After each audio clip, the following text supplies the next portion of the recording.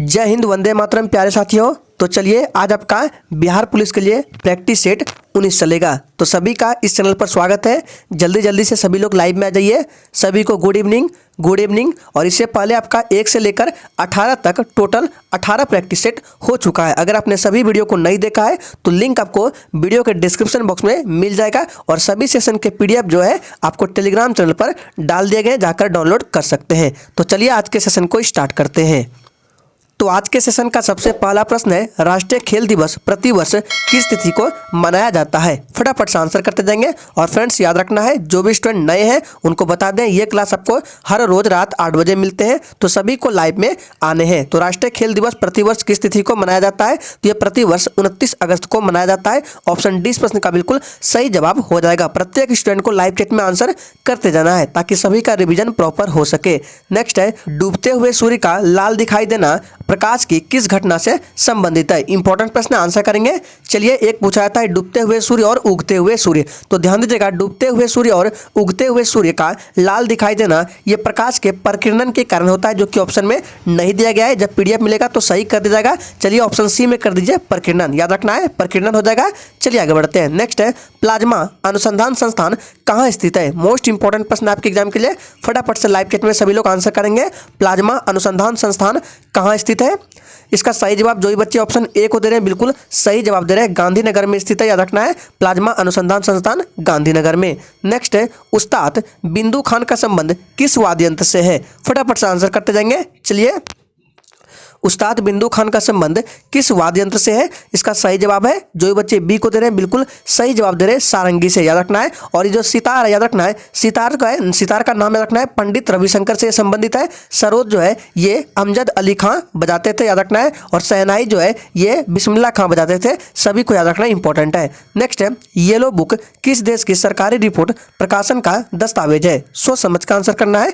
Yellow book किस देश का सरकारी रिपोर्ट या प्रकाशन का दस्तावेज है? इसका सही जवाब क्या हो जाएगा? जी बिल्कुल फ्रांस हो जाएगा। ऑप्शन डी इस प्रश्न का बिल्कुल सही जवाब हो जाएगा, फ्रांस। याद रखने हैं। और याद रखना है, ऑरेंज बुक एक होता है, ऑरेंज बुक जो कि नीदरलैंड से संबंधित है। और देखिए, बेल्जियम और जापान इसका कौन सा है? तो ग्रे बुक। सभी को याद रखना है, नीदरलैंड का ऑरेंज बुक, फ्रांस का कौन सा? येलो बुक, और बेल्जियम और जापान का ग्रे बुक है। चलिए आगे बढ़ते हैं। नेक्स्ट है, भारतीय संविधान के किस अनुच्छेद के तहत राष्ट्रपति राज्यपाल की नियुक्ति करता है? अत्यंत इंपॉर्टेंट प्रश्न आपके एग्जाम के लिए।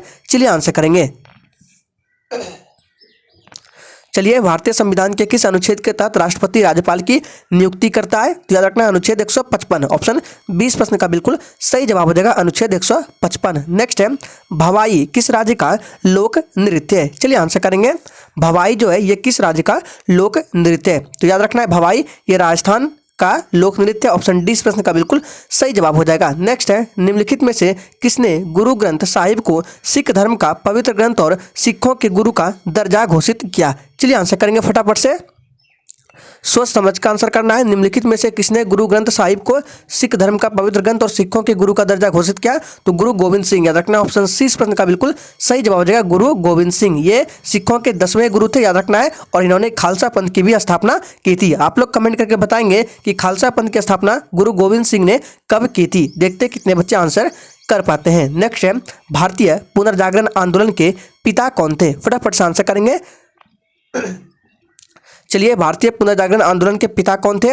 इसका सही जवाब है राजा राम मोहन राय। ऑप्शन सी इस प्रश्न का बिल्कुल सही जवाब हो जाएगा। राजा राम मोहन राय को भारतीय पत्रकारिता का अग्रदूत भी कहा जाता है, याद रखने हैं। चलिए शिक्षक आगे बढ़ते हैं। नेक्स्ट है, भारत की निम्नलिखित में से किस क्षेत्र में शीतकाल में पश्चिमी विक्षोभ से वर्षा होती है? फटाफट से आंसर करेंगे। सारे प्रश्न सिलेक्टेड लिए गए जो आपके एग्जाम में आ सकते हैं, आपको एक भी फालतू प्रश्न नहीं कराए जाएंगे। और जो भी स्टूडेंट चैनल पर पहली बार आए हैं, चैनल को सब्सक्राइब करके साथ में बेल आइकन को जरूर प्रेस कर लेंगे ताकि आने वाले समय में बिहार पुलिस से रिलेटेड एक भी अपडेट आपसे मिस ना हो। इसका सही जवाब क्या हो जाएगा? जी बिल्कुल उत्तर पश्चिम। याद रखना है, उत्तर पश्चिम। ऑप्शन ए इस प्रश्न का बिल्कुल सही जवाब हो जाएगा। नेक्स्ट है, निम्नलिखित में से कौन सा ही सुमेलित है? सोच समझ का आंसर करना है।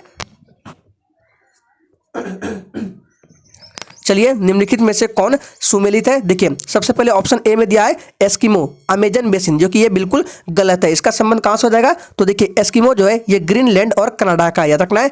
पिग्मी जो है ये इरावदी बेसिन का नहीं है, ये कांगो बेसिन का है। कहाँ का है, कांगो बेसिन का। देखिए बद्दू जो है ये सहारा मरुस्थल का नहीं है, ये अरब का है, ठीक है। और ऑप्शन डी में जो है बुशमैन कालाहारी मरुस्थल, ये बिल्कुल सही है, डी बिल्कुल सही जवाब हो जाएगा, बुशमैन कालाहारी मरुस्थल। नेक्स्ट है बोरोबुदुर स्तूप कहाँ स्थित है। चलिए आंसर करेंगे, सोच समझ का आंसर करना है। बोरोबुदुर स्तूप कहाँ स्थित है, तो ये स्तूप कहाँ है, इसका राइट आंसर बी के साथ चला जाएगा, जावा। जो ये बच्चे बी को दे रहे हैं बिल्कुल सही जवाब दे रहे हैं, जावा में। नेक्स्ट है निसी जनजाति मुख्यतः कहाँ पाई जाती है। फटाफट से आंसर करते जाएंगे। और फ्रेंड्स अगर आपको किसी भी प्रश्न में थोड़ा भी डाउट होता है तो तुरंत आप कमेंट करके पूछ सकते हैं, आपको रिप्लाई तुरंत दिया जाएगा। तो निसी जनजाति मुख्यतः कहाँ पाई जाती है, इसका राइट आंसर है अरुणाचल प्रदेश में, याद रखना है। ऑप्शन 20 प्रश्न का बिल्कुल सही जवाब हो जाएगा। नेक्स्ट है राजस्व प्रणाली में सुधार हेतु दीवान ए मुस्तखराज की स्थापना किसके द्वारा की गई थी। सोच समझ का आंसर करना है, फटाफट से आंसर करेंगे। देखिए दीवान ए मुस्तखराज जो है ये क्या था, ये एक वित्त विभाग था और इसकी स्थापना किसने की, याद रखना है अलाउद्दीन खिलजी ने। ऑप्शन 20 प्रश्न का बिल्कुल सही जवाब हो जाएगा, अलाउद्दीन खिलजी ने। नेक्स्ट है किस संविधान संशोधन द्वारा यह सुनिश्चित किया गया कि संसद मौलिक अधिकारों में परिवर्तन कर सकता है। इंपॉर्टेंट प्रश्न है, आंसर करेंगे। चलिए सोच समझ का आंसर करना है। तो इसका सही जवाब जो ही बच्चे ऑप्शन डी को दे रहे हैं बिल्कुल सही जवाब दे रहे हैं, क्या हो जाएगा 24वां संविधान संशोधन। ऑप्शन डी प्रश्न का बिल्कुल सही जवाब हो जाएगा। और ये कब हुआ, तो 1971 में, याद रखना है कब हुआ, 1971 में। चलिए शिक्षक आगे बढ़ते हैं। नेक्स्ट है क्रेब्स चक्र की क्रिया कहाँ संपन्न होती है। फटाफट से आंसर करेंगे, क्रेब्स चक्र की क्रिया कहाँ संपन्न होती है, सोच समझकर आंसर करने हैं। चलिए तो इसका सही जवाब क्या हो जाएगा, माइटोकॉन्ड्रिया में, याद रखना है ये क्रिया माइटोकॉन्ड्रिया में संपन्न होती है। ऑप्शन 20 प्रश्न का बिल्कुल सही जवाब हो जाएगा। नेक्स्ट है निम्नलिखित में से किसने सर्वप्रथम बायोडायवर्सिटी शब्द का प्रयोग किया था। चलिए आंसर करेंगे, निम्नलिखित में से किसने सर्वप्रथम बायोडायवर्सिटी शब्द का प्रयोग किया था। इसका सही जवाब क्या है, तो वाल्टन जी रोसेन ने, याद रखना है वाल्टन जी रोसेन ने। ऑप्शन ए इस प्रश्न का बिल्कुल सही जवाब हो जाएगा। नेक्स्ट है कार्बन मोनोऑक्साइड प्रदूषण क्यों है, सोच समझ का आंसर करना है। और फ्रेंड्स आपको एक भी दिन प्रैक्टिस सेट को छोड़ना नहीं है, हर रोज अभी से आप लोग तैयारी में प्रैक्टिस सेट को लगाते रहिए। चलिए तो देखिए कार्बन मोनोऑक्साइड प्रदूषण क्यों है, इसका सही जवाब है ऑप्शन बी, यह हीमोग्लोबिन के साथ अभिक्रिया करता है और अभिक्रिया करके कार्बोक्सिक हीमोग्लोबिन नामक रक्त लाल पदार्थ बनाता है, जिससे रक्त में क्या होता है, ऑक्सीजन ग्रहण करने की क्षमता समाप्त हो जाती है और जिससे आदमी की मृत्यु भी हो सकती है। इसका राइट आंसर देगा यह हीमोग्लोबिन के साथ अभिक्रिया करता है, याद रखना इंपॉर्टेंट है। नेक्स्ट है वर्ल्ड वाइड फंड WWF का प्रतीक कौन सा जानवर है। चलिए आंसर करेंगे, फटाफट से आंसर करते जाएंगे। वर्ल्ड वाइड फंड का प्रतीक कौन सा जानवर है, इसका राइट आंसर क्या है, जाइंट पांडा, याद रखना है। ऑप्शन सी इस प्रश्न का बिल्कुल सही जवाब हो जाएगा। इसकी स्थापना 1961 ईस्वी में और इसका हेडक्वार्टर कहाँ है, तो स्विट्जरलैंड के ग्लैंड शहर में स्थित है, याद रखना है वर्ल्ड वाइड फंड। नेक्स्ट है वैक्सीन मैत्री पहल की शुरुआत किस देश के द्वारा की गई। चलिए आंसर करेंगे, वैक्सीन मैत्री पहल की शुरुआत किस देश के द्वारा की गई, तो याद रखना है ये भारत के द्वारा। ऑप्शन ए इस प्रश्न का बिल्कुल सही जवाब है। नेक्स्ट है शेफाली वर्मा का संबंध किस खेल से है। इंपॉर्टेंट प्रश्न, आंसर करेंगे शेफाली वर्मा का संबंध किस खेल से है। चलिए तो याद रखना ये जो है किस खेल से, क्रिकेट से संबंधित है। ऑप्शन सी इस प्रश्न का बिल्कुल सही जवाब हो जाएगा, क्रिकेट, याद रखना इंपॉर्टेंट है। चलिए आगे बढ़ते हैं। नेक्स्ट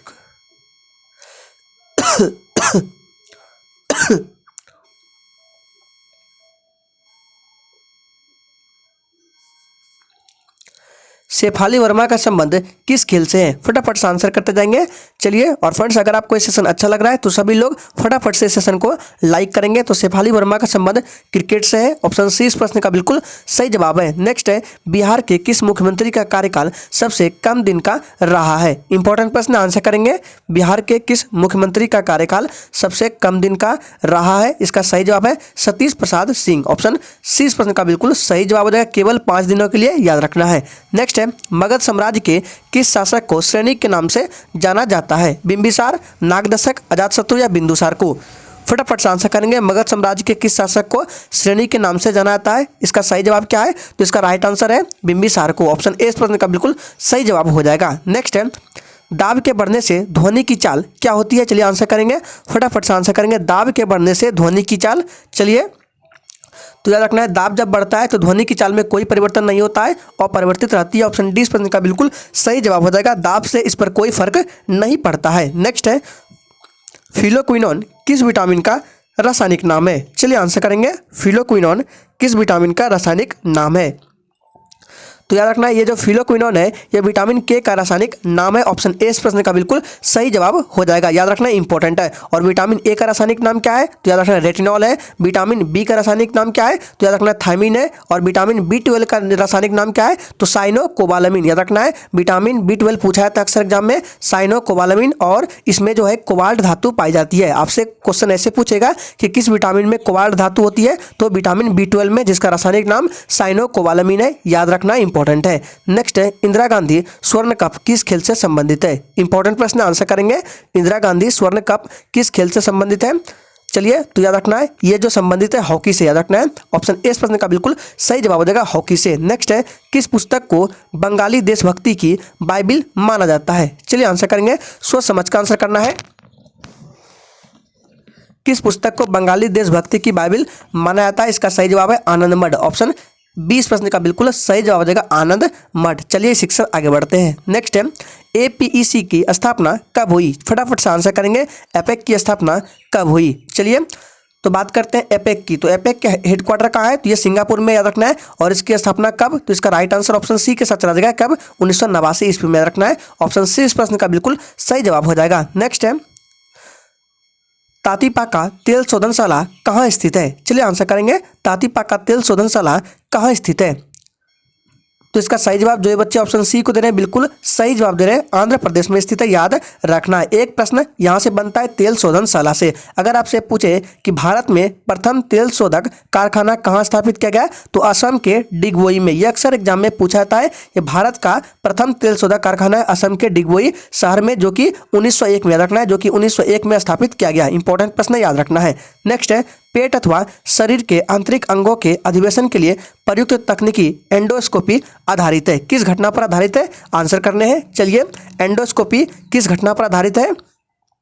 इसका सही जवाब क्या आ जाएगा? पूर्ण आंतरिक परावर्तन। याद रखना है पूर्ण आंतरिक परावर्तन घटना पर आधारित है। ऑप्शन डी प्रश्न का बिल्कुल सही जवाब हो जाएगा। नेक्स्ट है भारत का पहला अस्थि बैंक कहाँ है? चलिए आंसर करेंगे, भारत का पहला अस्थि बैंक कहाँ है? तो याद रखना ये दिल्ली में है। कहाँ है? दिल्ली में है। और इसकी स्थापना कब? तो 1999 ईस्वी में। याद रखना है 1999 ईस्वी में भारत का ये पहला अस्थि बैंक है। नेक्स्ट है गोल्डन हैंडशेक स्कीम किससे संबंधित है? चलिए आंसर करेंगे, गोल्डन हैंडशेक स्कीम किससे संबंधित है? सोच समझ कर आंसर करना है। तो याद रखना है ये स्वैच्छिक सेवा निवृत्ति से संबंधित है। ऑप्शन डी बिल्कुल सही जवाब हो जाएगा। नेक्स्ट क्वेश्चन है समुद्री खरपतवार निम्नलिखित में से किसका महत्वपूर्ण स्रोत है? इंपॉर्टेंट प्रश्न है। क्लोरीन का, आयोडीन का, ब्रोमीन का या गंधक का? तो समुद्री खरपतवार ये किसका महत्वपूर्ण स्रोत है? तो ये आयोडीन का स्रोत है। याद रखना है ऑप्शन 20 प्रश्न का बिल्कुल सही जवाब हो जाएगा। नेक्स्ट है स्तनधारियों के रक्त में सबसे बड़ी कोशिका कौन सी होती है? पूछा गया प्रश्न है स्तनधारियों के रक्त में सबसे बड़ी कोशिका कौन सी होती है? आंसर करेंगे तो ये मोनोसाइट। याद रखना है मोनोसाइट कोशिका। ऑप्शन ए इस प्रश्न का बिल्कुल सही जवाब हो जाएगा। नेक्स्ट है फारसी यात्री अब्दुर्रजाक ने किसके शासनकाल में विजयनगर की यात्रा की थी? आंसर करेंगे फारसी यात्री अब्दुर्रजाक ने किसके शासनकाल में विजयनगर की यात्रा की? तो याद रखना है इन्होंने 1442 ईस्वी में यात्रा की थी। किसके शासनकाल में? तो इसका राइट आंसर ऑप्शन सी के साथ चला जाएगा, देवराय द्वितीय। याद रखना है देवराय द्वितीय के शासनकाल में। चलिए आगे बढ़ते हैं। नेक्स्ट है जुकू घाटी किस राज्य में स्थित है? फटाफट से आंसर करेंगे, जुकू घाटी किस राज्य में स्थित है?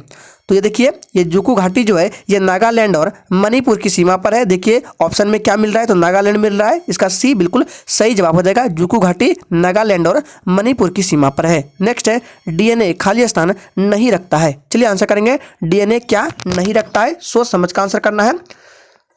चलिए तो इसका राइट आंसर जो बच्चे बी को दे रहे हैं बिल्कुल सही जवाब हो जाएगा। डीएनए जो है यूरासिल नहीं रखता है। बाकी तीनों ऑप्शन सही है। एडेनिन रखता है, ग्वानिन और थायमिन रखता है, यूरासिल नहीं रखता है। नेक्स्ट है मुगल बादशाह अकबर ने इलाही संबंध की शुरुआत कब की थी? सोच समझ कर आंसर करना है। मुगल बादशाह ने फटाफट से आंसर करेंगे, मुगल बादशाह अकबर ने इलाही संबंध की शुरुआत कब की थी? इसका सही जवाब क्या है? 1583 ईस्वी में। और 1582 ईस्वी में क्या था? तो 1582 ईस्वी में दीन ए इलाही धर्म। याद रखना है दीन ए इलाही धर्म, दोनों को याद रखना इंपॉर्टेंट है।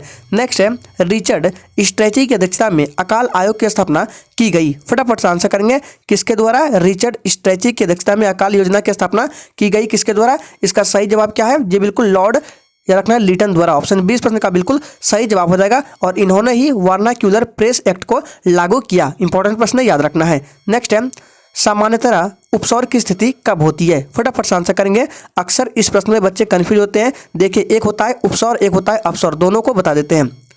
देखिए, जब उपसर्ग की स्थिति में क्या होता है, उपसर्ग की स्थिति में सूर्य और पृथ्वी की जो बीच दूरी है वो घट जाती है। और ये कब? तो 3 जनवरी को उपसर्ग की स्थिति। लेकिन अपसर्ग की स्थिति में पृथ्वी और सूर्य की बीच जो दूरी है वो अधिकतम हो जाती है। और अपसर्ग की स्थिति 4 जुलाई को बनती है। याद रखना है, अपसर्ग 4 जुलाई, उपसर्ग 3 जनवरी, दोनों को याद रखना है। नेक्स्ट है, पादपों में कोशिका भित्ति किसकी बनी होती है? चलिए आंसर करेंगे। पादपों में कोशिका भित्ति किसकी बनी होती है? तो याद रखना है, पादपों में कोशिका भित्ति सेल्यूलोज की बनी होती है। ऑप्शन सी बिल्कुल सही जवाब हो जाएगा। एक पूछा था कवक में, तो याद रखना है कवक की कोशिका भित्ति जो है वो काइटिन की बनी होती है। दोनों को याद रखना है, पादप की कोशिका भित्ति सेल्यूलोज और कवक की कोशिका भित्ति काइटिन, दोनों को याद रखना है। नेक्स्ट है, संविधान सभा के अल्पसंख्यक उप समिति के अध्यक्ष निम्न में से कौन थे? चलिए आंसर करते जाएंगे। और अगर आपने अभी तक सेशन को लाइक नहीं किया है, सभी लोग दिल से एक बार सेशन को लाइक करेंगे फटाफट से। और सभी लोग इस सेशन को एक बार अपने दोस्तों के साथ जरूर शेयर करेंगे। तो संविधान सभा के अल्पसंख्यक उप समिति के अध्यक्ष निम्न में से कौन थे?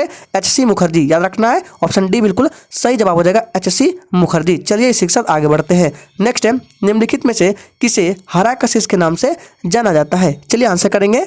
निम्नलिखित में से किसे हरा कशिश के नाम से जाना जाता है?